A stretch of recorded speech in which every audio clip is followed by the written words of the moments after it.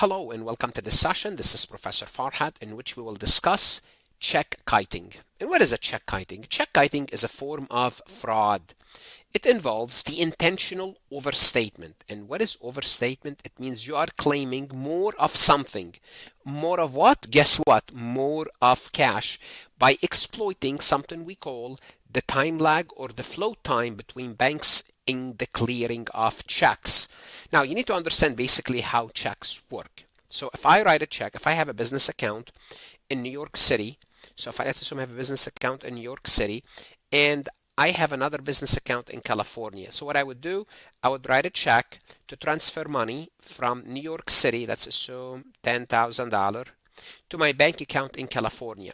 Now, after I write the check, let's assume I mail it. It may take few days until it receives the bank, then my bank in California will have to contact the bank in New York. Sometime it's going to go through a Federal Reserve Bank. So there is a time until the bank in California clears the check. Well, there's a lag time. This lag time is called the floating time, and that's normal. It takes the bank some time to clear, to confirm that you have the money in New York, therefore they will give you the credit. So the companies will be taking advantage of this float time. So this happens when an entity records a deposit in one bank before the related check has cleared the dispersing bank account, thereby causing the same fund to be counted twice at the same time. If you go back to my New York versus California bank, and the reason I gave New York and California because they're so much far away from each other, so you will assume it's going to take some time. That's the idea that I want you to have in your mind. So I wrote the check for $10,000 and I immediately added the $10,000 on my books in my California account. So on my California account, it's the same, basically the same company, I added that I deposited $10,000. But I don't deduct this $10,000 from my New York book bank account until the check actually clears. And what's going to happen if it's going to take 4 days, let's assume it's going to take 4 to 5 days for the floating time. If it's going to take 4 to 5 days on the books, I still have the 10,000 in my bank account, in my book bank account, and I added 10,000 to my book bank account in California. Now the bank, it's not gonna reflect in my bank account until actually California clears the bank, and it's not gonna be deducted from my bank account until the Bank of California contact New York Bank and tell them, look, you owe us 10,000, send them to us, or let's clear the transaction. So does this really happen in the real world? And the answer is absolutely yes. Not as much as back in the 80s and 90s where companies used checks more often.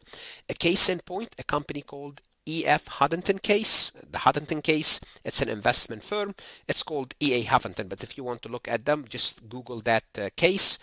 And what they did is they inflated their cash, among other things, they inflated their cash balance through this strategy. So we need to dive a little bit more into how check kiting works.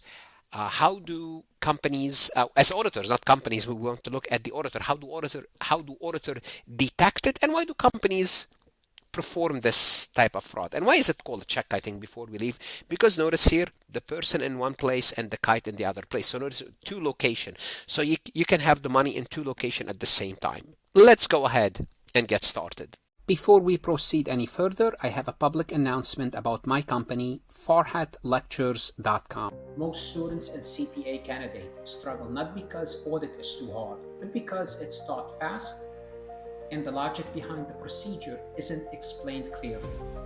Then everything feels disconnected. At Farhat Lectures, we break audit down step by step. We explain the why behind the standards, the logic behind the assertions, risks, procedures, evidence, so the whole process finally clicks. When the concepts connect, audit becomes clear and manageable. You stop memorizing and start understanding. Ready for auditing to make sense? Start your free trial at farhatlectures.com. So how does check kiting works? Typically, it could involve 2 or more banks at 2 or more bank account at different banks. Now, keep in mind, for example, a company like EF Hutton, they had various banks, several bank accounts, and it was a whole process. So what you do is a check is written on Bank A and deposited into Bank B. Remember, New York and California, they're the end of the accounting period. And this usually happens. When do you perform this? At the end of the accounting period. Why? Because you want to show the money in both accounts at the same time on your books. There's no effect on the bank. The bank will not give you any credit until that check is cleared. You cannot change their record, but what you're doing is you are cooking your books. The step is recorded immediately in the books of Bank B. Remember Bank B, I said California for the sake of geography. The check written on Bank A is not yet cleared by Bank A as of the end of the period. So at the end of the period, as of December 31st, so this happens, let's not assume, year end is December 31st. I wrote the check December 30th or December 29th. I did not deduct the check from my book account, but I added it to my California account without deducting it from my book in New York. So then I mailed the check. The check did not clear until January 4th. So during that time, on my books, the $10,000 is on my New York books as well on my California books. At some point, the check is cleared and New York will be deducted $10,000, but during that time, I have the money in both places. So as a result, both banks temporarily show the same cash balance, and this creates an artificial increase in total cash until the check actually clears. So why do companies do that? Cash pressure. Sometimes the company wants to show that they have more cash than they do. For what purpose? It could be that they're raising stocks for their company. They're getting a loan. They're negotiating with a supplier. They want to show that they have a good position. They want to improve their ratios. It's endless reasons why a company would want to have more cash. Again, if you're interested in real case, EF Hutton, it's a good case to review. And their logo was, when they talk, people listen. When Hutton talks, people listen. And once you see an arrogant statement like this, either whether it's by a person or by a company, I will stay away from those people as well as companies. I don't like that. It doesn't sound good, right?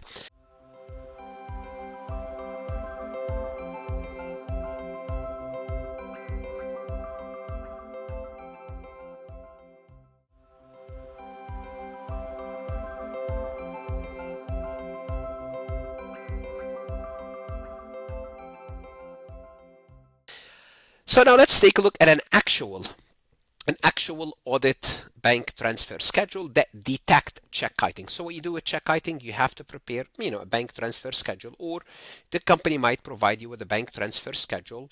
And you want to make sure, especially on the CPA exam, in your audit course, you want to know what are you looking for. You are looking at the books. You focus on the books.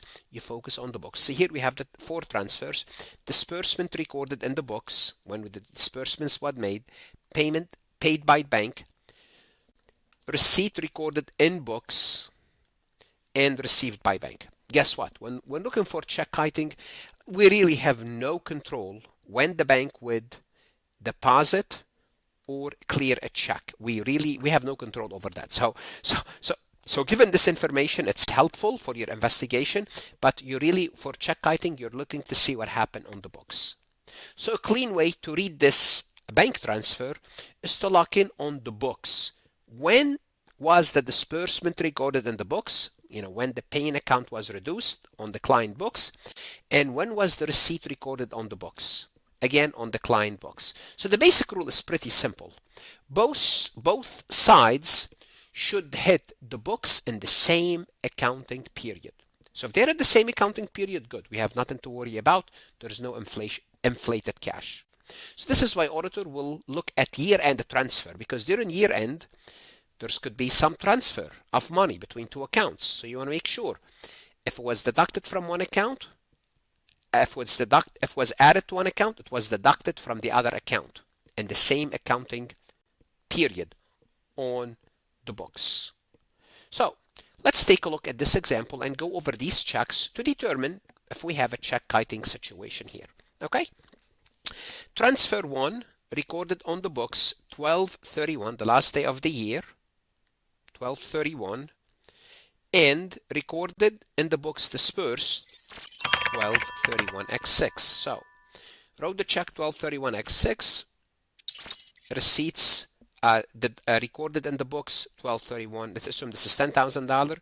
So you deducted $10,000, you add $10,000, and the same period, we are good to go. Now, the bank did not pay that check until 1/4, and received by the bank, it doesn't matter what the bank did, 1231, but did not pay by the bank until 1/4. We really don't care, okay?